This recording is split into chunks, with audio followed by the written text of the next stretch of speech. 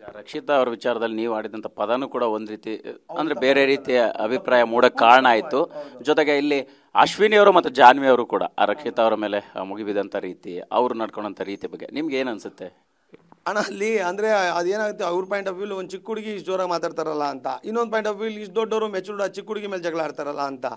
ಅದರಲ್ಲಿ may be ಅದೇ ಇವ್ರು ಒಂಚೂರು ಜಾಸ್ತಿನೇ ಮಾಡೋದು. ನಾನು 2-3 ಸತಿ ಹೇಳಿದೆ ಅಷ್ಟು, ಮ್ಯಾಮ್ ನೀವು ತುಂಬ ಜಾಸ್ತಿ ಏನೋ ಮಾಡಿದ್ರಿ ಅನ್ಸುತ್ತೆ, ನೋಡಿ ಅಣ್ಣ ಅಷ್ಟು ಚಿಕ್ಕ ಹುಡುಗಿ ಅಷ್ಟು ಮಾತಾಡೋ ನಮಗೂ ಸಿಟ್ಟು ಬರಲ್ವಾ ಅಂತ.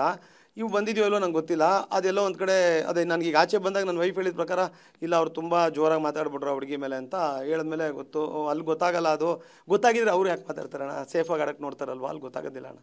ಪ್ರಮುಖವಾಗಿ ನಿಮ್ಮ ಪತ್ನಿ ನೀನೇ ಮಾತಾಡುವಾಗ ಹೇಳ್ತಾ ಇದ್ದಾರೆ, ಅಂದರೆ ಅವ್ರಿಗೋಸ್ಕರ ನೀವು ಬಿಗ್ ಬಾಸ್ಗೆ ಹೋಗಿದ್ರಿ, ಬಟ್ ಆದರೆ ಅಂದ್ಕೊಂಡ ರೀತಿಯಲ್ಲಿ ಜರ್ನೀಸ್ ಆಗಲಿಲ್ಲ.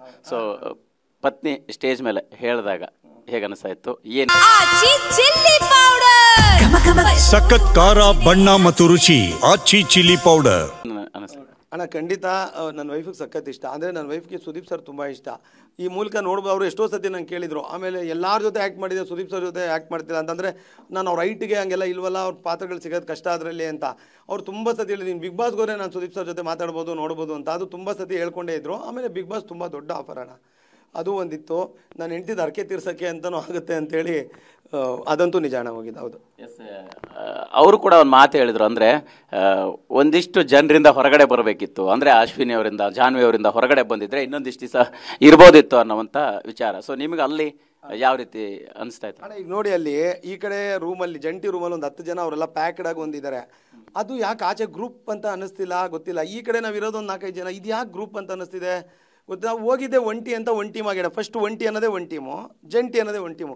ಸೊ ನಾನು ಆ ಟೀಮ್ ಕೋರ್ ಟೀಮ್ ಥರ ಫಸ್ಟೇ 3 ವಾರ ಜೊತೆಲೇ ಇದ್ದಿದ್ದರಿಂದ ಅದೊಂಚೂರು ಹತ್ರ ಆಗಿತ್ತು. ಆಮೇಲೆ ಅವರೆಲ್ಲ ಆಲ್ಮೋಸ್ಟ್ ನನ್ನ ಏಜ್ ಗ್ರೂಪ್ ಅವರು, ನಮ್ಮ ಮಾತು ಅವ್ರಿಗೊಂಚೂರು ಅರ್ಥ ಆಗೋದು. ಇವ್ರು ನನಗಿಂತ 20 ವರ್ಷ ಚಿಕ್ಕವರು, 18 ವರ್ಷ ಚಿಕ್ಕವರು, ಆ ಥರದ್ದಿತ್ತು. ಅವರೆಲ್ಲ ಒಂದು ಮುಂಚೆಯಿಂದನೇ ಅವರೆಲ್ಲ ಪರಿಚಯ ಅಣ್ಣ, ಈ ಚಾನಲಲ್ಲಿ ಒಟ್ಟಿಗೆ ಇದ್ದಿದ್ದರಿಂದ ಅವರೊಂದು ತುಂಬ ಟೈಟಾಗಿ ಅದು ಒಂದಾಗಿತ್ತು.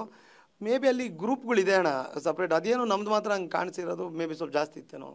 ಈಗ ನೀವು ಹೇಳೋ ಪ್ರಕಾರ ಅಂದರೆ ಈ ಚಾನಲಲ್ಲಿ ಇದ್ದವರು ಕೆಲಸ ಮಾಡಿರೋರಿಗೆ ಮತ್ತು ಅವ್ರಿಗೆ ಬರುವಂಥ ಓಟ್ ವಿಚಾರದಲ್ಲಿ ಆಗಿರ್ಬೋದು ಒಂದಿಷ್ಟು ಇಂಪಾರ್ಟೆನ್ಸ್ ಜಾಸ್ತಿ ಸಿಗುತ್ತೆ ಅನ್ನೋಂಥ ರೀತಿ ಸನ್ನಿವೇಶ ಕಂಡು ಬಂತ.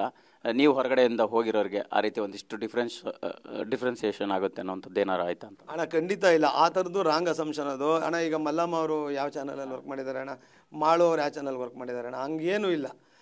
ಅಲ್ಲಿ ಹೋದ್ಮೇಲೆ ಈಗ ಅಲ್ಲಿ ಬಂದೇ ಫೇಮಸ್ ಆದವ್ರು ಎಷ್ಟು ಜನ ಅಣ್ಣ. ಈಗ ಡ್ರೋನ್ ಪ್ರತಾಪ್ ಅವರು ಅಲ್ಲಿಗೆ ಬಂದಮೇಲೆ ಅವ್ರದ್ದು ಪರ್ಸ್ಪೆಕ್ಟಿವೇ ಚೇಂಜ್ ಆಗಿಲ್ವಾ? ಇಲ್ಲ, ಅದು ನಾನು ಒಪ್ಪೋದಿಲ್ಲ.